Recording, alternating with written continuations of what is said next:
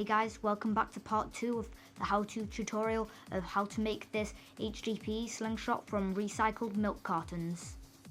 So the glue's set and the blue pieces of HDPE are really on really firmly and they're definitely not going to be coming off anytime soon. So now, like I've done with this edge, I'm just going to rasp it so that it's flush with the other pieces of white HDPE. So again, I'm just going to be using normal woodworking tools like rasps and files and sandpaper to flatten the blue HDPE, and also for some bigger pieces I might be using a wood saw or a hacksaw.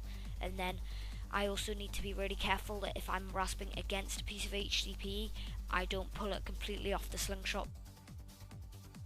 So now I've rasped all of the pieces so that they're flush with the wood. I'm now going to start to create the palm swell.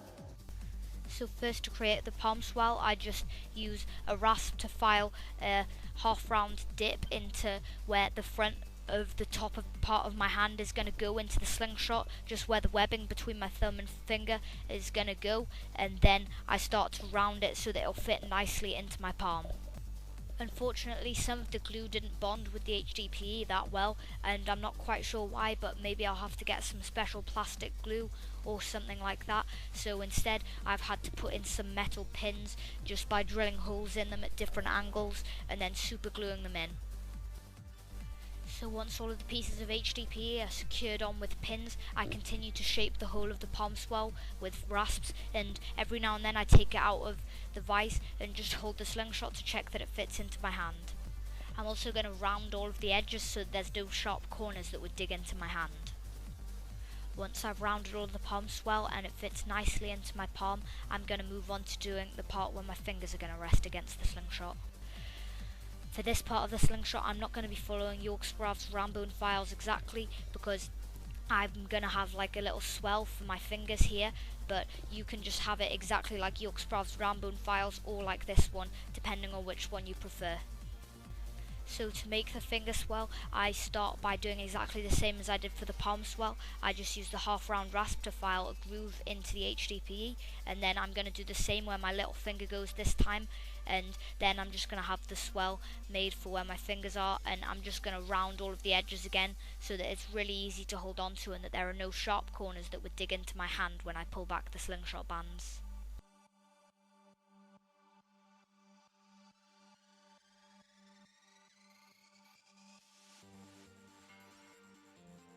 So once I've finished shaping up all of the handle part and it feels really nice to hold, I'm going to move on to shaping all of the fork part, and I want to make it so that there's no right angled edges or steps in the HDPE. I want to make it so that it's all curved and it flows into other pieces. I'm also going to round the part above where your hand's going to be holding, because the entire slingshot needs to be curved for it to look nice. So now that I've rasped the slingshot into its basic shape, and it feels really nice when I hold it, and when I pull on it really hard with my hands, nothing's digging into my hands anywhere, and it's all curved and smooth, and I've put the pins in and super glued them in so that the blue scales couldn't come off. Now it's time to make the grooves and curve this top bit where the bands are going to attach.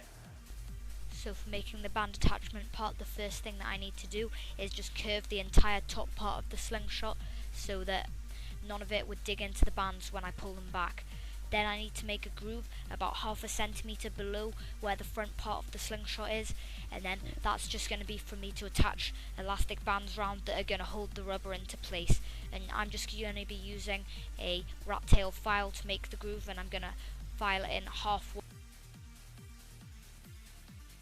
So now that I've got the grooves in for the bands, I'm just going to start sanding everything up to 600 grit probably, or something which is going to feel really smooth and there's going to be no scratches in the plastic. And to start doing that, first I need to get rid of all of these deep scratches in the HDPE that are created by the rasp, and I'm just going to be using a normal metalworking file for that and some 120 grit sandpaper.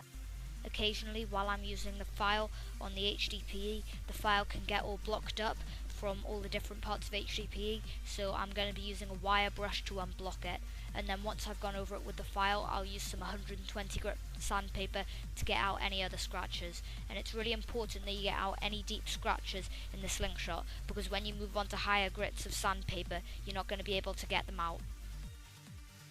So once I've got out all of the scratches, I'm going to start moving on to sanding the slingshot up all the way to whatever grit looks nicest. The way that I'm going to do that is I'm going to start using the next grit of sandpaper, which is going to be 240, and I'm going to wet the HDPE so that the sandpaper doesn't get blocked up, and it's just going to be wet and dry paper, because normal sandpaper just goes all mushy. And then once I've finished getting out any scratches with that sandpaper and it's no longer removing any more scratches, I'm going to move on to the next grit. And I'm also going to be using some sanding sponges, because for some reason they really help getting all of the different curves really smooth. And then I'm going to work my way all the way up to probably about 600 grit. This is one of the longest and most boring parts of the process of slingshot making, but it's one of the most important ones.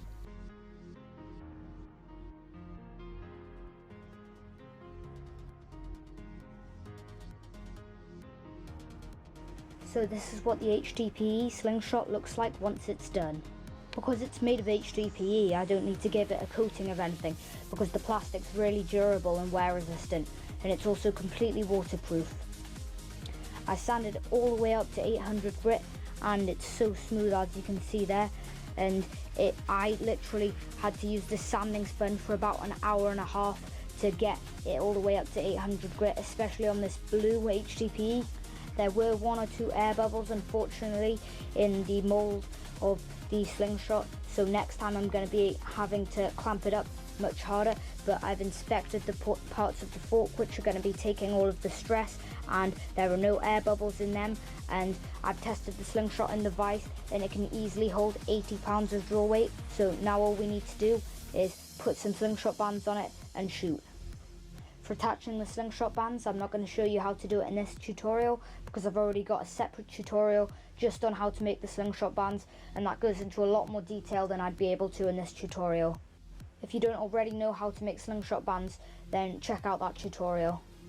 So I've banded up the slingshot with some double layered tapered TheraBand gold that's got quite a lot of draw weight, but the slingshot's easily heavy enough to take more, and I'm going to be shooting 15mm steel ball bearings.